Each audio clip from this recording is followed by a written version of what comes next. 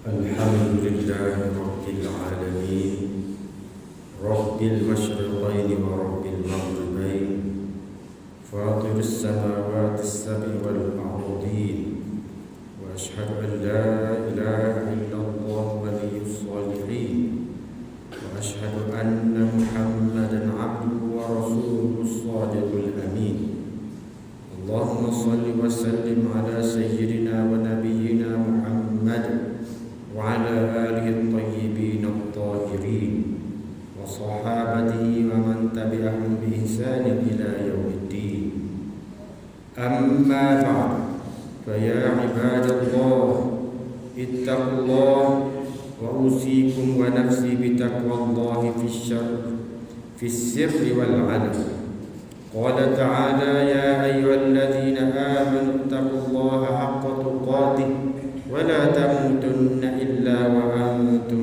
مسلمون Ikhwanil muslimin, marilah kita sama-sama meningkatkan ketakwaan kita kepada Allah Subhanahu wa taala dengan melaksanakan perintah-perintahnya dan menjauhi segala larangan-larangannya.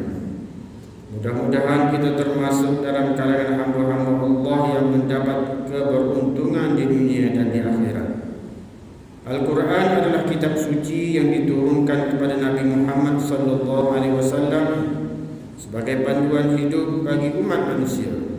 Ini sering ditegaskan oleh Allah Subhanahu wa taala di dalam Al-Quranul Karim, antaranya di dalam surah Al-Baqarah ayat 2. Allah Subhanahu wa taala berfirman, "Dzalikal kitabu la raib fihi hudan lil muttaqin."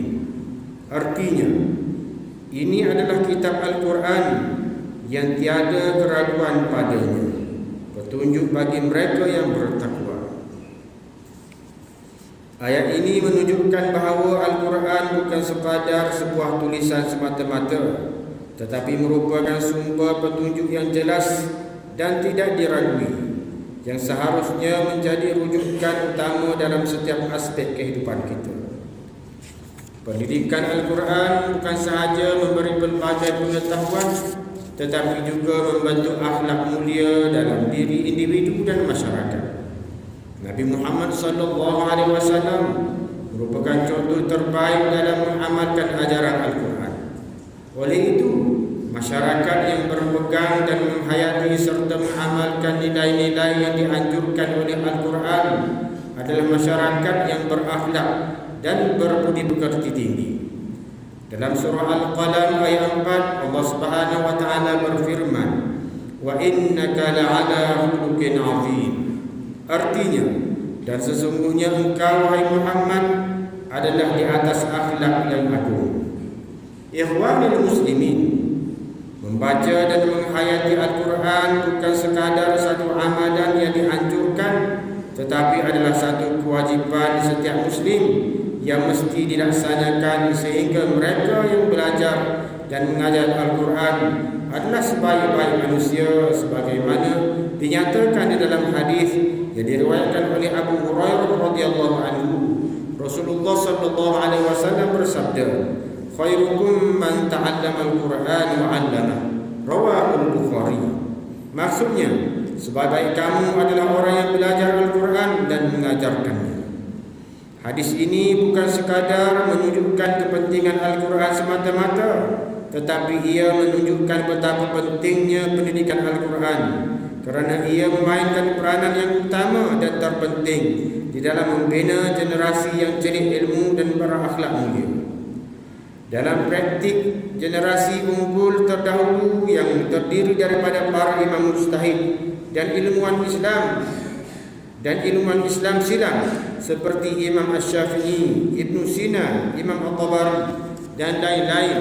Mereka ini diketahui umum telah melalui pendidikan awal mereka dengan pendidikan Al-Quran. Bahkan mereka menghafal Al-Quran di dalam dada mereka semenjak kecil lagi. Ikhwanil muslimin, dengan perkembangan semasa, kita mendapati bahawa sambutan masyarakat terhadap pendidikan Al-Quran sangat memberangsangkan, sehingga lahirnya pusat-pusat pengajian Al-Quran dan metod pengajian Al-Quran yang pelbagai dan berinovasi. Ini termasuk pusat-pusat pengajian dan metod pengajian yang menumpukan kepada aspek bacaan daripada mengenal huruf, mahir tajwid sehingga kepada taranum atau maqamat dan qiraat. Terdapat juga pusat-pusat pengajian dan metod pengajian yang menumpukan kepada aspek hafazan Al-Quran, sama ada dalam pendidikan formal kerajaan atau swasta. Tidak ketinggalan juga dengan tumbuhnya pusat-pusat pengajian dan metod pengajian yang menumpukan pada aspek tadabbur, memahami makna kalimah dan ayat Al-Quran sehingga kepada tafsir. Perlu ditegaskan bahawa menguasai bacaan Al-Quran, sekurang-kurangnya bacaan bertajwid dan mengetahui kandungan Al-Quran adalah merupakan kewajipan semua orang yang bergelar Muslim tanpa mengira status pendidikan dan taraf kedudukan. Semuanya mempunyai kewajipan yang sama terhadap Al-Quran. Dalam hal ini, Al-Quran menegaskan dalam surah Al-Furqan ayat 30, wa qala ar-rasul ya rabbi inna qaumi ittakhadhu hadzal qur'ana mahjura.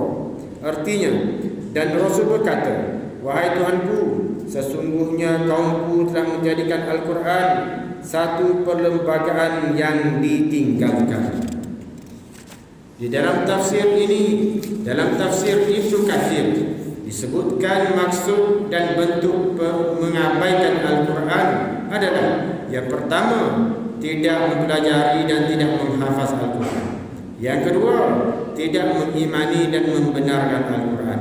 Yang ketiga, tidak merenung dan memahami kandungan Al-Quran. Yang keempat, tidak mengamalkan Al-Quran, sama ada perintah atau larangan Al-Quran. Yang kelima, meninggalkan Al-Quran dan lebih memilih selain Al-Quran, seperti syair, nyanyian, ucapan sia-sia, atau mengambil jalan atau cara yang bertentangan dengan Al-Quran. Daripada bentuk pengabaian yang disebutkan di atas, maka kita dapati pengabaian terhadap Al-Quran bukan sahaja dalam kalangan orang kafir, tetapi juga dalam kalangan orang Islam sendiri. Justru, marilah kita memastikan diri kita dan anak-anak kita serta masyarakat Islam seluruhnya terhindar daripada ciri yang dinyatakan di atas dengan cara kita mengambil peluang yang ada dengan meletakkan diri sebagai sebaik-baik orang, sama ada sebagai pelajar atau pengajar Al-Quran. Marilah kita berusaha untuk menerapkan ajaran Al-Quran dalam kehidupan seharian kita. Dengan cara ini, kita bukan sahaja akan mendapat keberkatan dalam hidup, tetapi juga akan menjadi contoh yang baik kepada orang lain, terutamanya generasi muda. Marilah kita bersama-sama berdoa agar Allah Subhanahu wa taala memberi kita petunjuk dan hidayahnya untuk terus belajar dan mengamalkan Al-Quran dalam kehidupan kita. Semoga kita menjadi umat yang sentiasa mencintai Al-Quran dan mengajarkannya kepada generasi akan datang. Semoga khutbah ini memberi manfaat kepada kita semua dan kita termasuk dalam kalangan mereka yang mendengar pengajaran dan peringatan serta mengikutinya.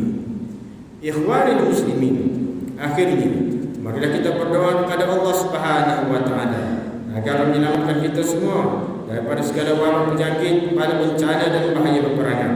Perbanyakkanlah melakukan amal soleh dan menghindari segala perkara yang membawa kemurkaan Allah Subhanahu wa taala.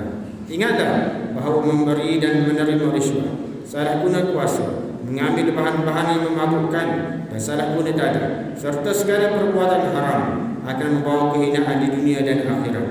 Khatib juga ingin menegaskan bahawa di dalam harta kita terdapat hak orang lain yang perlu kita tunaikan, khususnya zakat. Selaku badan yang dipertanggungjawabkan untuk menguruskan zakat dan wakaf di negeri Kelantan, Majlis Agama Islam dan Adat Istiadat Melayu Kelantan menyuruh supaya umat Islam menyalurkannya melalui majlis, dan dalam masa yang sama pihak majlis juga memerlukan kerjasama semua pihak untuk menyalurkan maklumat golongan yang memerlukan sekiranya diketahui agar mereka yang kurang bernasib baik mendapat pembelaan yang sewajarnya.